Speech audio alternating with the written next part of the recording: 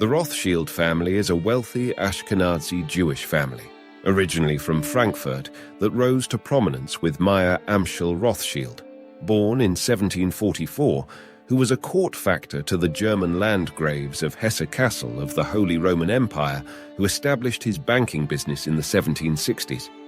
Unlike most previous court factors, Rothschild managed to bequeath his wealth and established an international banking family through his 5 sons, who established businesses in London, Paris, Frankfurt, Vienna, and Naples, which in that time were the 5 main European financial centers.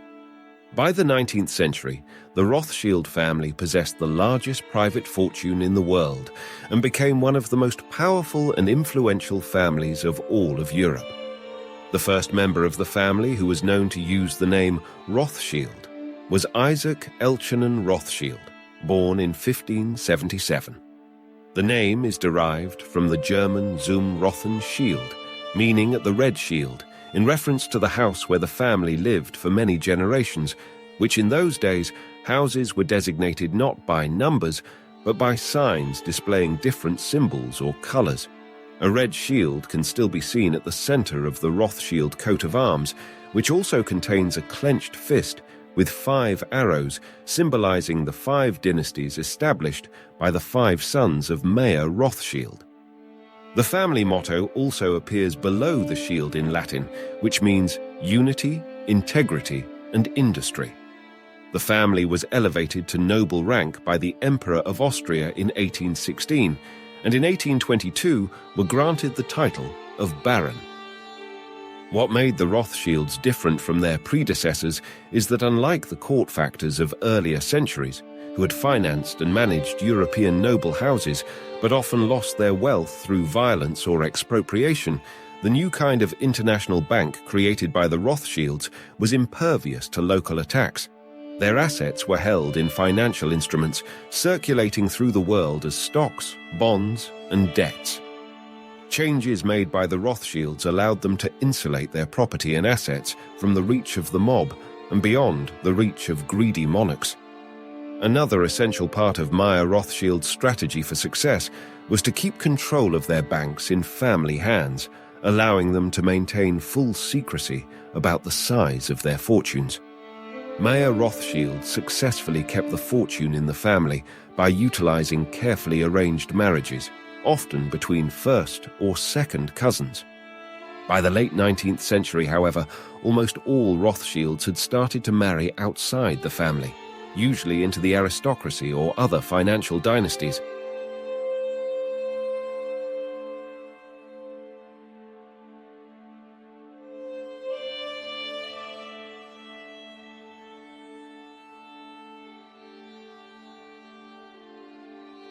The Rothschild banking family of England was founded in 1798 in London by Nathan Meyer Rothschild, who was born in 1777.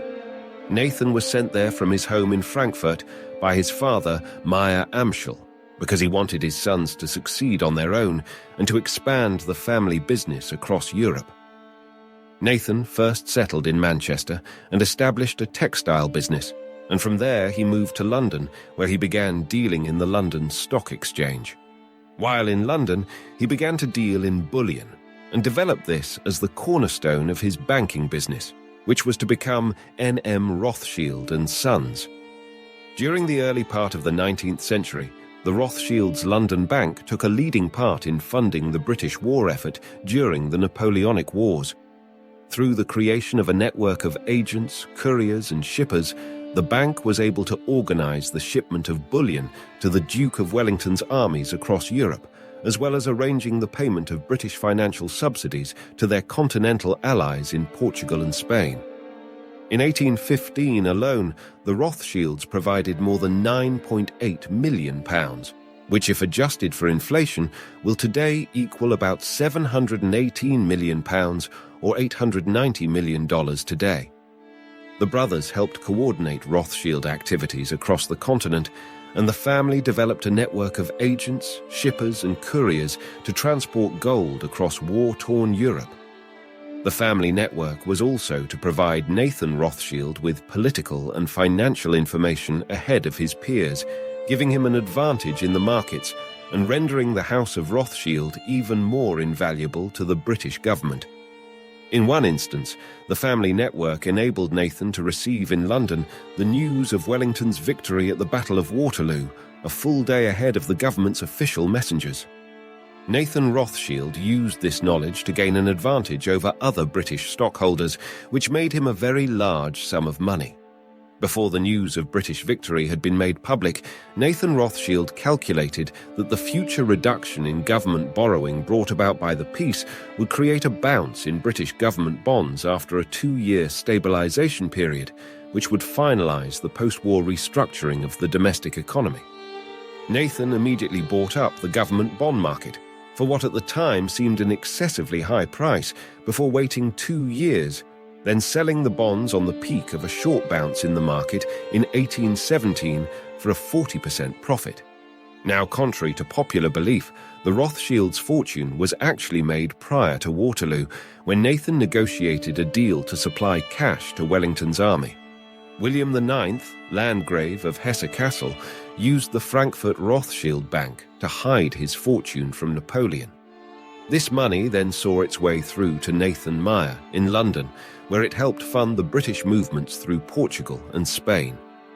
The interest made from this venture made the Rothschilds a vast fortune, and the family went on to use this type of governmental financing to make huge profits over a number of years by adopting a high-risk strategy involving exchange rate transactions, bond price speculations, and commissions. During the Panic of 1825, the Bank of England was on the verge of a liquidity crisis when the stock market collapsed, partly due to speculative investments in Latin America, including the imaginary country of Poyet. The crisis was felt most acutely in Great Britain, where 12 banks were closed. It also affected markets in Europe, Latin America, and the United States.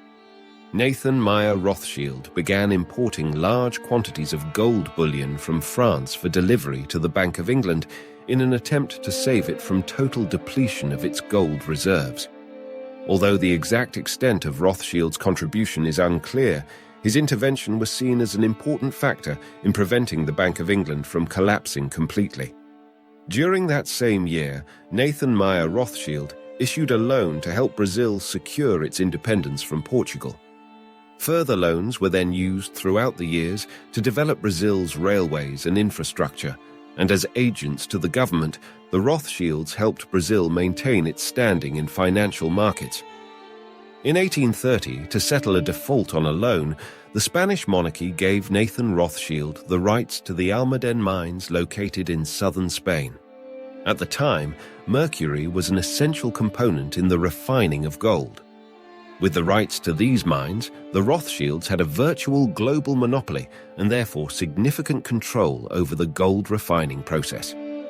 The acquisition of these mines led the Rothschilds to greatly expand their family interests when, in 1852, they acquired the lease of the Royal Mint refinery in London, which was overseen by Nathan's Rothschild son, Anthony de Rothschild. The Rothschilds was able to retain the lease for well over a century and played a leading role in refining the world's gold output. Nathan Meyer Rothschild died in 1836. By the time of his death, he solidified the Rothschild family as a major power in European and thus world affairs. Nathan Meyer's eldest son, Lionel de Rothschild, succeeded him as head of the London branch.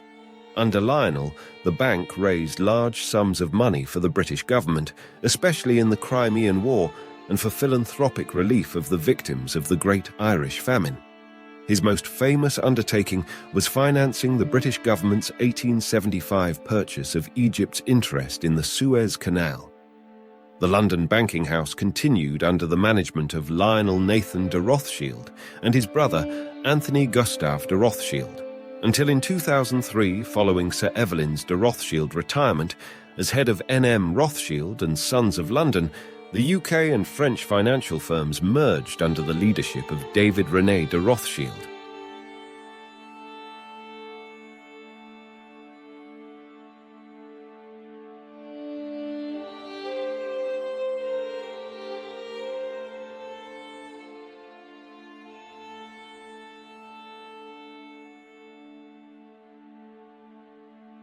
The Rothschild banking family of France was founded in 1817 in Paris by James Meyer de Rothschild, who was born in 1792. In 1812, he moved to Paris to coordinate the purchase of specie and bullion for his brother Nathan Meyer Rothschild, and in 1814 and 1815, he was the linchpin in Nathan's plan to furnish Wellington's armies with funds during the Napoleonic Wars. In 1817, he expanded his family's banking empire to Paris, opening the French Rothschild family bank. By 1823, the Parisian branch was firmly established as banker to the French government. An advisor of ministers and kings, James became the most powerful banker in the country. He was a strong-willed and shrewd businessman and amassed a fortune that made him one of the richest men in the world. Following the Napoleonic Wars, the Parisian branch alongside the London branch became major stakeholders in large-scale mining and rail transport ventures that were fundamental to the rapidly expanding industrial economies of Europe, which played a major role in turning France into an industrial power. Following the French Revolution of 1830 that saw Louis-Philippe come to power in France, James de Rothschild put together the loan package to stabilize the finances of the new government and a second loan in 1834. In recognition of his services to the nation, King Louis-Philippe elevated James to a Grand Officer of the Legion of Honor, which is the highest French order of merit, both military and civil. There is a theory that before Louis-Philippe came to power, the Rothschilds were fronting for the House of Orléans. A major portion of the business has consisted of selling French government bonds to French investors through London to protect their anonymity. There was a general perception on the part of the French that otherwise their government might unilaterally reset terms. No French fortune was more likely to face this problem than the younger branch of the royal family. The theory follows that when the Orleanists came to power, they became less provident. But by then, the Rothschilds had numerous other clients. King Louis-Philippe was forced to abdicate after the outbreak of the French Revolution of 1848. Under Emperor Napoleon III, de Rothschild lost part of his political influence, however. Despite some difficulties, the family business survived and prospered under the new regime. After James' death, the French Rothschild banking business was passed down to ensuing generations. Run by his sons Gustave and Alphonse during the Franco-Prussian War, the bank put together a syndicate that raised the 5 billion francs the country was obliged to pay Prussia under the terms of the 1871 armistice. In 1873, the French Rothschild Bank in France and the London branch joined with other investors to acquire the Spanish government's money-losing Rio Tinto copper mines. The new owners restructured the company and turned it into a profitable business. And in 1887, the French and English Rothschild banking houses lent money to and invested in the De Beers diamond mines in South Africa, becoming its largest shareholders. By the early 20th century, the Rothschild interest in Rio Tinto amounted to more than 30%. By the later part of the 19th century, oil was fast becoming an important commodity, and the French bank was heavily involved in oil exploration in the Baku area of present-day Azerbaijan, through their company, the Caspian and Black Sea Oil Industry and Trade Society, established in 1883. The French bank's investment into oil proved to be a lucrative one, and by the turn of the century, the various oil companies in Azerbaijan were producing more oil than any other country in the world.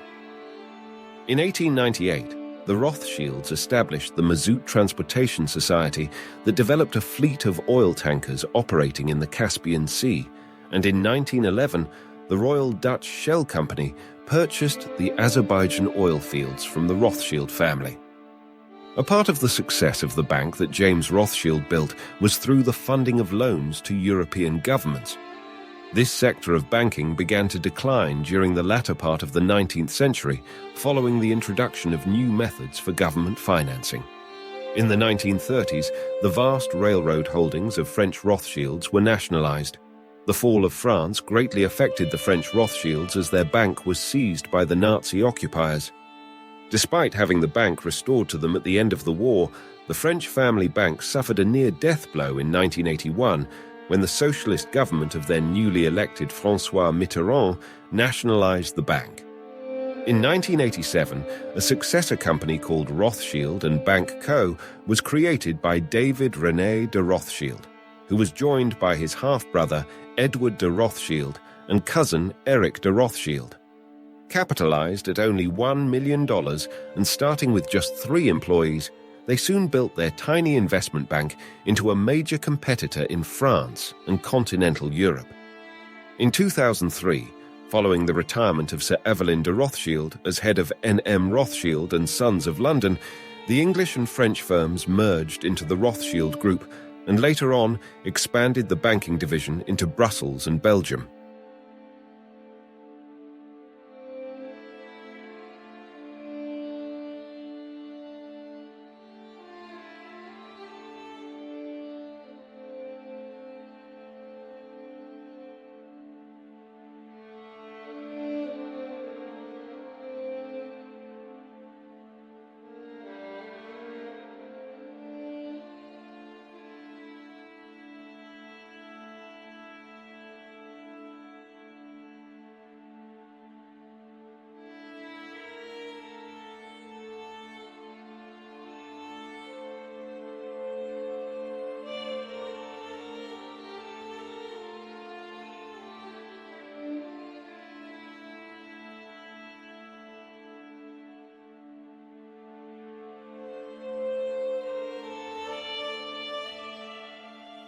The Rothschild family bank of Frankfurt was established in the 1760s by the founder of the Rothschild banking dynasty, Meyer Amschel Rothschild.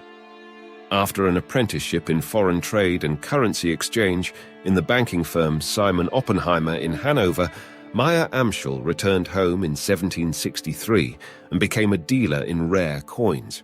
His coin business grew to include a number of princely patrons and then expanded to include the provision of financial services to clients. As a result of his successful business dealings, Meyer Amschel amassed a considerable fortune and, in 1810, renamed his firm M.A. Rothschild and Sons, establishing a partnership with his 4 sons while still in Frankfurt, with his son Nathan Meyer Rothschild having already established a business in London. Meyer Amschel died in 1812, and his eldest son, Amschel Meyer, born in 1773, took over the management of what was now the Frankfurt branch of the Rothschild banking business. The Frankfurt house took a lead in the business of government bonds, while Amschel's partners, his brothers Salomon and Karl Rothschild, traveled from court to court and congress to congress, making connections and negotiating contracts. Salomon and Karl eventually set up satellite houses in Vienna and Naples, respectively, and continued to conduct major bond transactions on behalf of the Frankfurt house. With the death of Amschel in 1855, the business passed to Karl Meyer Rothschild and his brother Wilhelm Karl Rothschild as joint partners. By 1901, with the death of Wilhelm Karl, the Frankfurt bank's last remaining partner, Frankfurt was no longer a significant financial center, and since none of the family members in London, Paris, or Vienna wished to move to the Prussian city, the decision was made to close the Frankfurt house and liquidate its assets.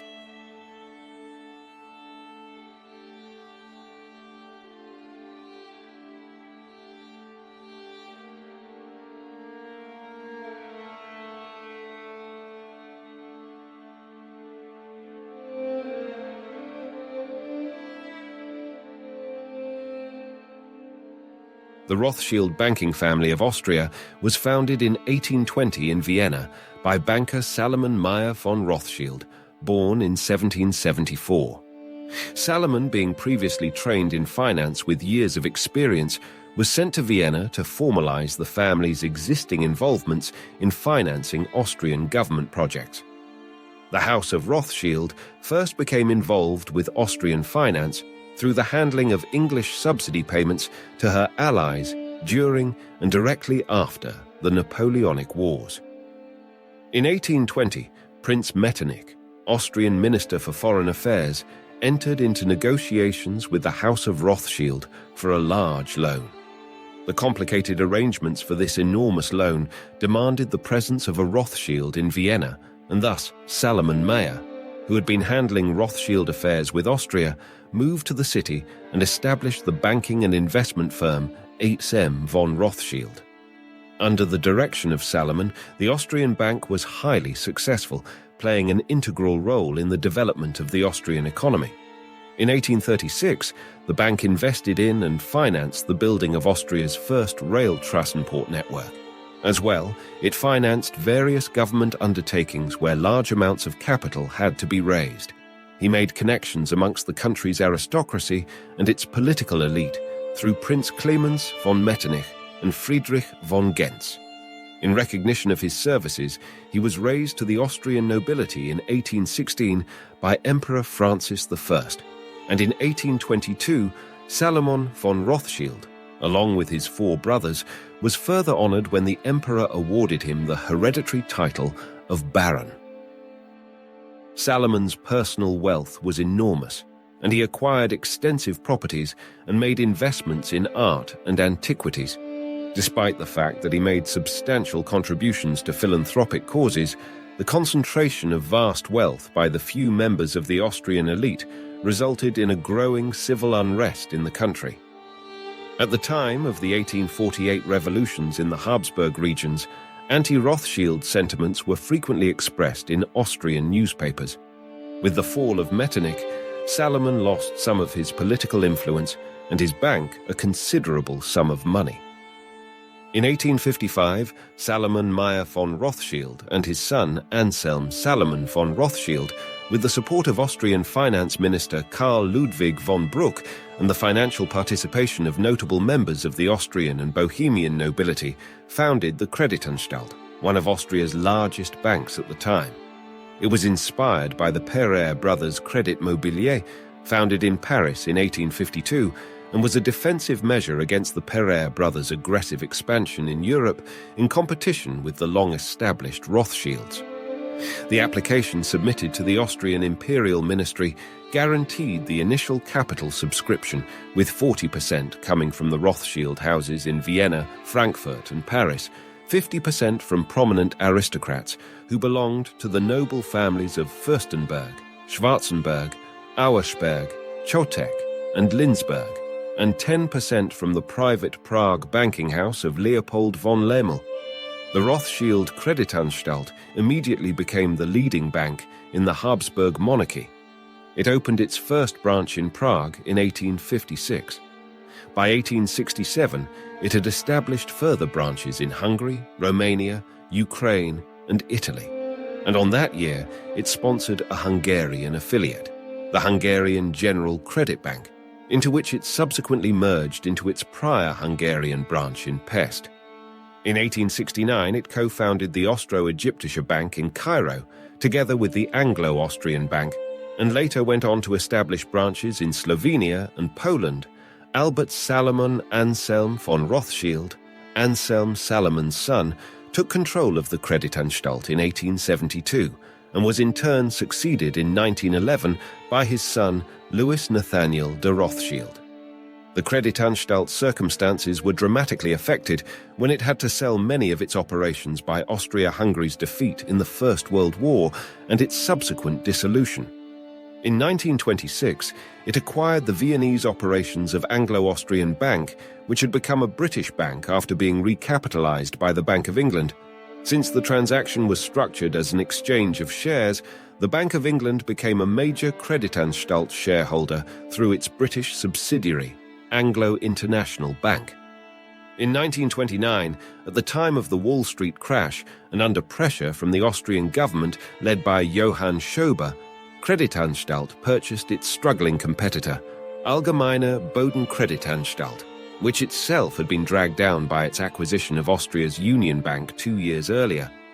Burdened by the troubled legacy of its recent acquisitions, Kreditanstalt announced on May 11, 1931, that it was unable to publish its financial statements for 1930, immediately triggering panic. At the time, it represented 27% of the total assets of the Austrian banking sector, a sum equivalent to 16% of the country's GDP, so there was no possibility of it being absorbed by another major bank, as had happened with Union Bank in 1927 and Boden Kreditanstalt in 1929. This was one of the first major banking collapses that ushered in the Great Depression. Chancellor Otto Ender of Austria organized a rescue that entailed cost-sharing by the Austrian government, the Österreichische National Bank, and the Rothschild family, rejecting nationalization plans advocated by the Social Democratic Party. The failure of the Kreditanstalt and its impact in creating a global banking crisis provided Adolf Hitler and the Nazi Party with a major propaganda opportunity to further blame the Jews for German and international economic and social problems. Following the annexation of Austria to Nazi Germany on March 13, 1938, the Rothschild Austrian branch and the Kreditanstalt were targeted for both financial and racial reasons. The family was forced to sell its Austrian banking operations at a fraction of their real value. While other Rothschilds escaped the Nazis, Louis de Rothschild was immediately arrested and imprisoned for the losses incurred by the Austrian state in the collapse of Kreditanstalt. Deprived of his position and property, he was released upon payment of $21 million, believed to have been the largest bail bond in history for any individual. After Louis was allowed to leave the country in March 1939, the Nazis placed S.M. von Rothschild's firm under compulsory administration. Nazi officers and Austrian museum officials also emptied the Rothschild family estates of all their valuables. After the war, some of the family's possessions were returned to the survivors, while others were not. According to historian Roman Sandgruber, the Austrian line of the family occupies a special position. It is the story of a fairy tale rise to the largest bank of the Habsburg monarchy and a tragic decline in the economic turmoil of the interwar period and in the robbery of the National Socialists.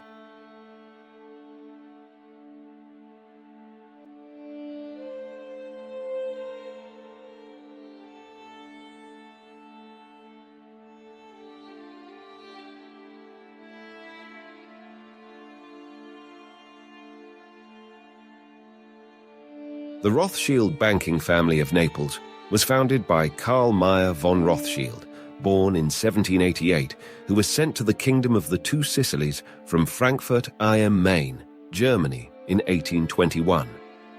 Raised in an increasingly prosperous family, he was trained in his father's banking business and lived at home until age 29, when he acquired a modest residence in preparation for his marriage to Adelheid Hertz. The 1821 occupation of Naples by the Austrian army provided the opportunity for the Rothschilds to set up business in the kingdom.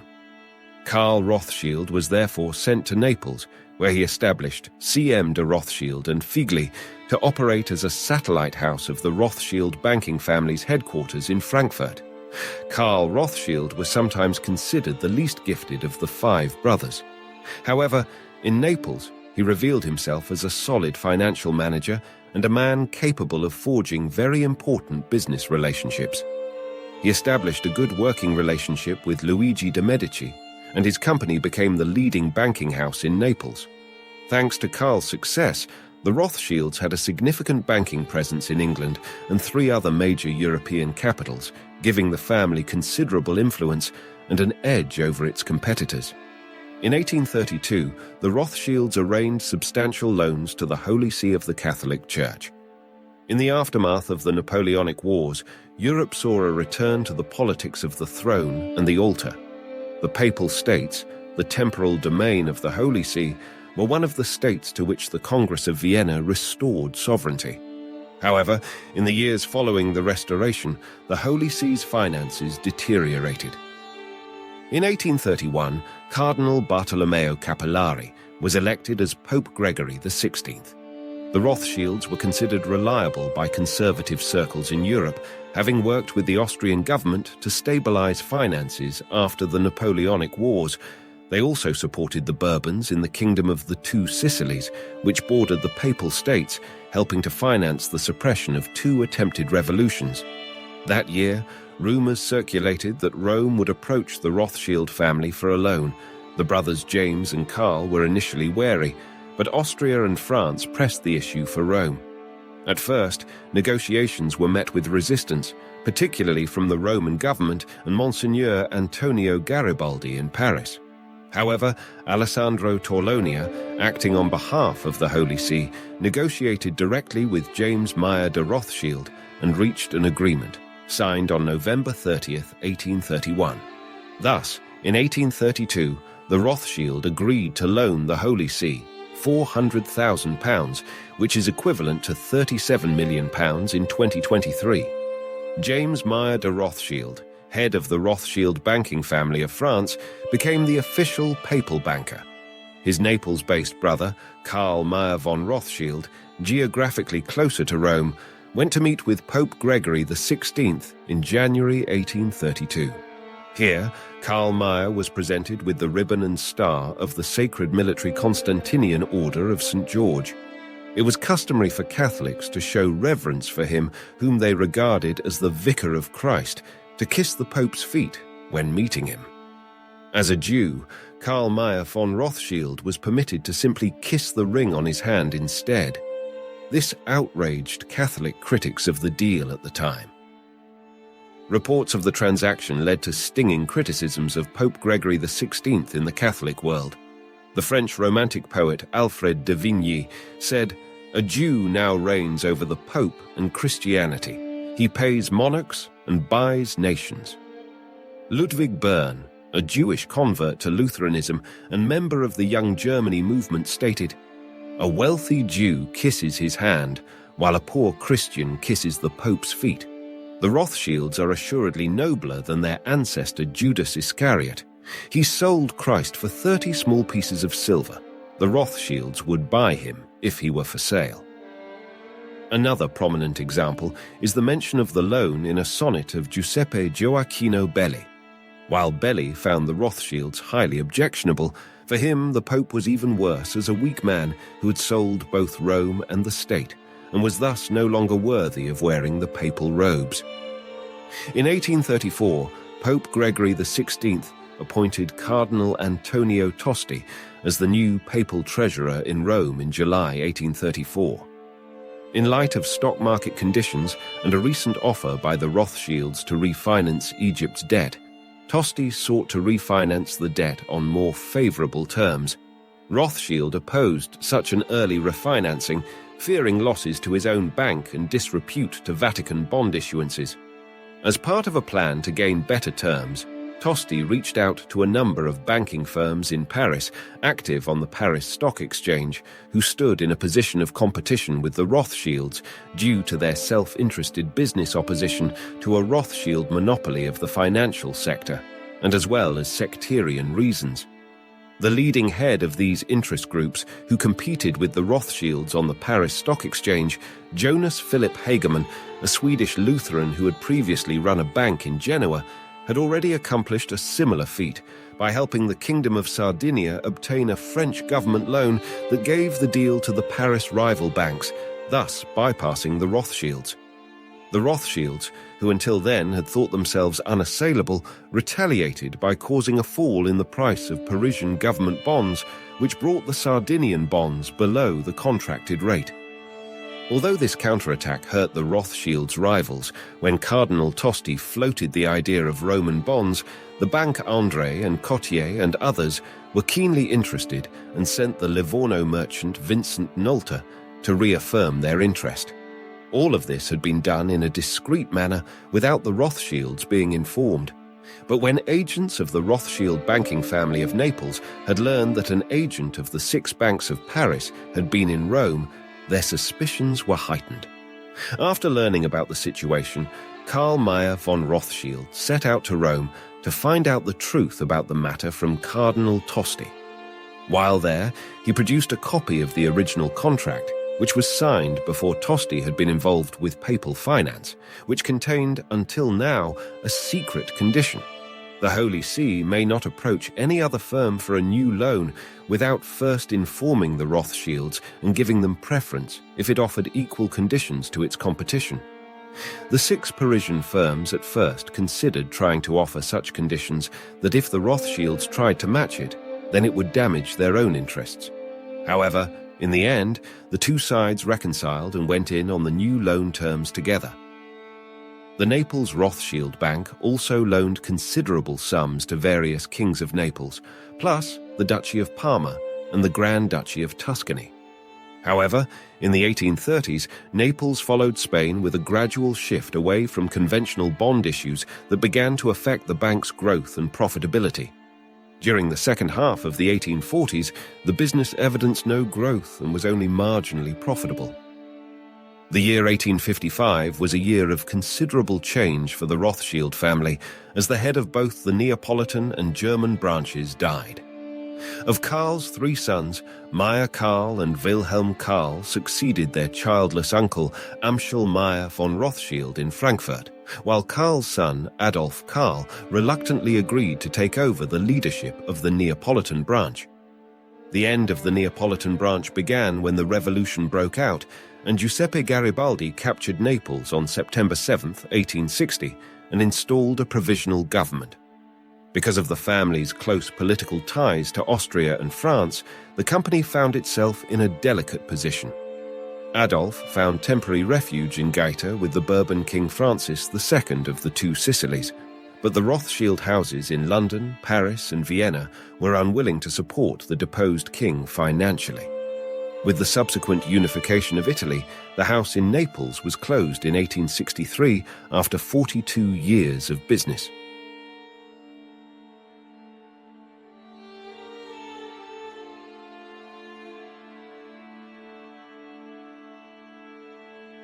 In closing, the Rothschild family, being one of the most storied families in history, has continued to grow its wealth in a variety of businesses over the centuries and continues to wield significant power, money, and influence.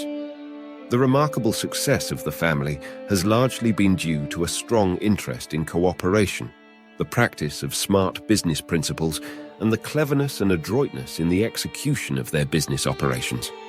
Today, Rothschild's holdings span a number of industries, including financial services, real estate, mining, and energy, and their descendants continue to finance global business operations and contribute to scholarly, humanitarian, cultural, and business endeavors.